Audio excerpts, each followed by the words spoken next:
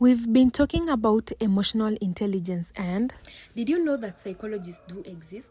Now let's learn about Daniel in his emotional intelligence book, Big Think.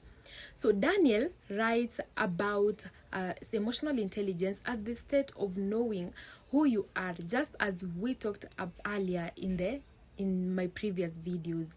So knowing who you are is very important because it will help you get to know how you feel at a state of mind and what you want during a specific time at a point. So he talks about knowing yourself, and number two, he talks about self-management. How do you manage yourself in different situations?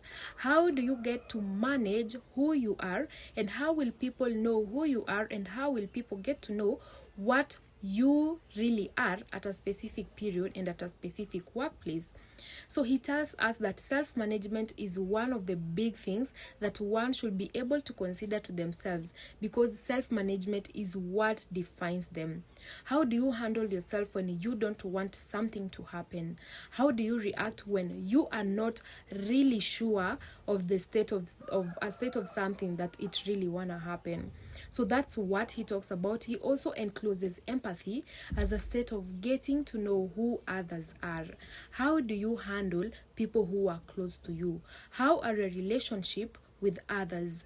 How do you handle new people that you've met in your life? How do you handle a situation that is befalling on you at a certain time with a different person? So among all these, he encloses it in something called social skills. He tells us that social skills is what makes people get to buy his book. And I just want to encourage us to really develop in our emotional intelligence. You know, emotional intelligence has been a series, and people like, we need to teach our little ones, you know, emotional intelligence and everything. But emotional intelligence starts with you. Understanding yourself, understanding who you are. So let's learn how to be emotional intellect.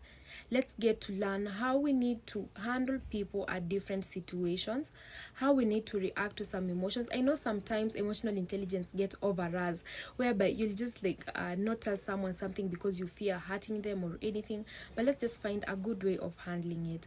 So it was nice having you guys here. See you in my next video, and I'd like you to share, comment, and subscribe. Just tell me how you feel about emotional intelligence, because I think emotional intelligence is an underlying topic that people need to talk about each and every single time.